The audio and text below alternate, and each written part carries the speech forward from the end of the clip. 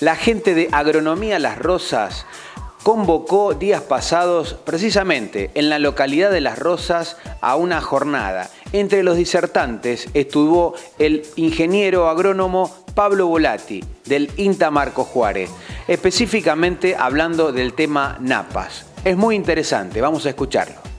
Bien, la idea es que juntos hagamos un diagnóstico referido al tema napas, ¿sí? Porque cuando hablamos de napas, muchas veces hoy hablamos de un problema y la realidad es que es una oportunidad en la cual tenemos que justamente mirarla y analizarla de esa forma. Cuando hablamos de diagnóstico de napa, vamos a analizar las precipitaciones, vamos a ver que las precipitaciones tienen una tendencia cíclica, que hay años o periodos con años en los cuales llueve más que la media, periodos de años en los cuales llueve menos que la media, pero son parte del sistema climático de nuestra zona, ¿sí? Son parte del clima de nuestra zona.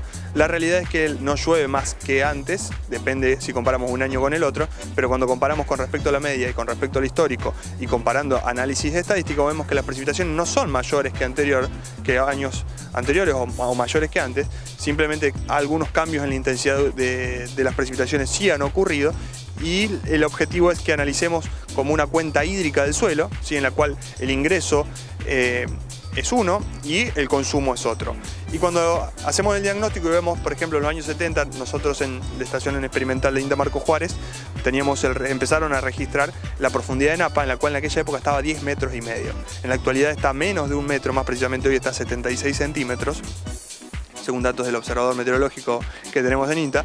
Y ese ascenso de la napa freática ha ido acompañado de un cambio de uso del suelo, ¿sí? Principalmente un ahorro de agua o un menor consumo de agua que fue generando una cuota hídrica que todos los años iba incorporándose a nuestro suelo y iba elevando el nivel de la napa freática. Muy asociado a las precipitaciones, pero también muy asociado al uso del suelo. Y cuando hablamos de uso del suelo, hablamos de ese cambio de uso del suelo, ese reemplazo o ese incremento de cultivos agrícolas anuales en reemplazo de cultivos perennes, los cuales los cultivos perennes en aquella época consumían 1.300, 1.400 milímetros anuales como potencial, versus hoy estamos consumiendo aproximadamente 730 milímetros por hectárea año, con rendimiento representativo de la ciudad de Marco Juárez. Ese ahorro de agua alimentó esa cuenta corriente hídrica y hace que hoy el problema se observe porque la napa freática está a nivel del suelo o está más arriba de la superficie. El problema o el tema de ascenso de napa freática hace mucho tiempo que viene en ascenso, simplemente no lo podíamos observar a nivel de suelo, ¿sí? Por ende, ese es el diagnóstico, ¿sí? Un cambio de uso del suelo llevó a tener menor consumo, el agua sobró, se ahorra, por ende tenemos que ir ahora con herramientas para sacar el agua de los campos que están anegados, que ya llevan muchos años anegados. Para eso están lo que nosotros llamamos el pilar azul, que son las obras hidráulicas, la cual en Córdoba hay una reglamentación, una ley de consorcio canalero en la cual ya establece y regula todo ese tema.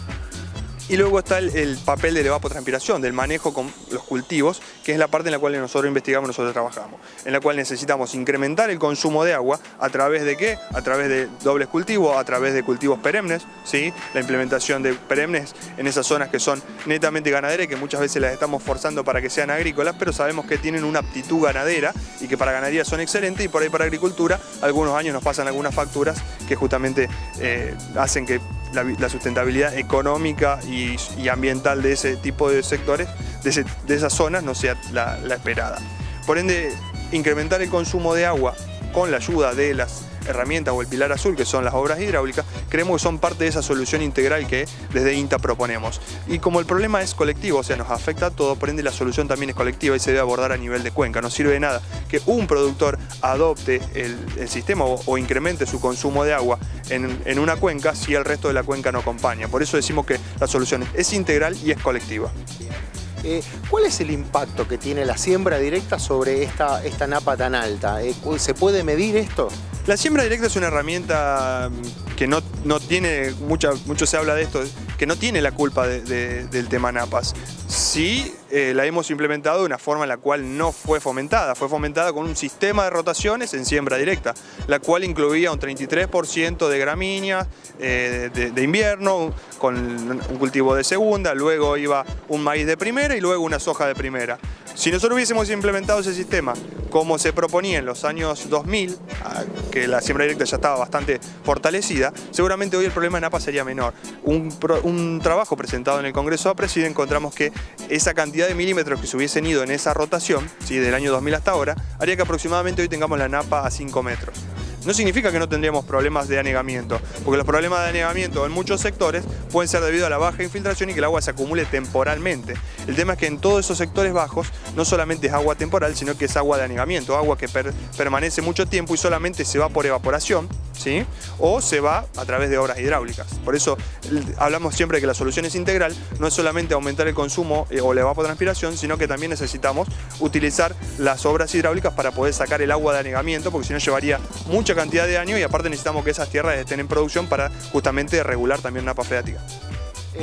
Este exceso hídrico, recién fuera de micrófono, vos me planteabas que lo tenemos que ver como una oportunidad también. ¿Cómo sería esto?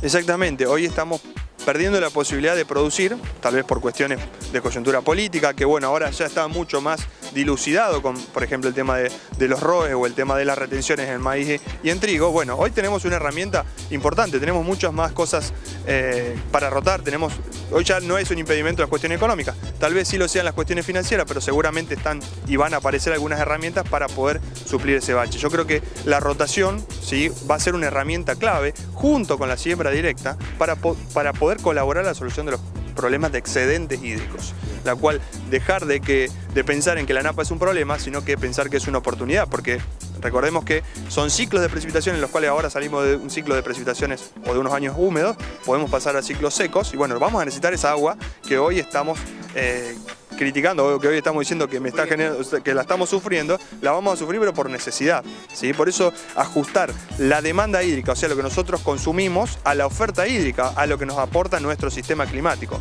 Eso es parte de las reglas del juego, parte de las claves del trabajo. Nos vamos a la pausa y en momentos regresamos con ustedes.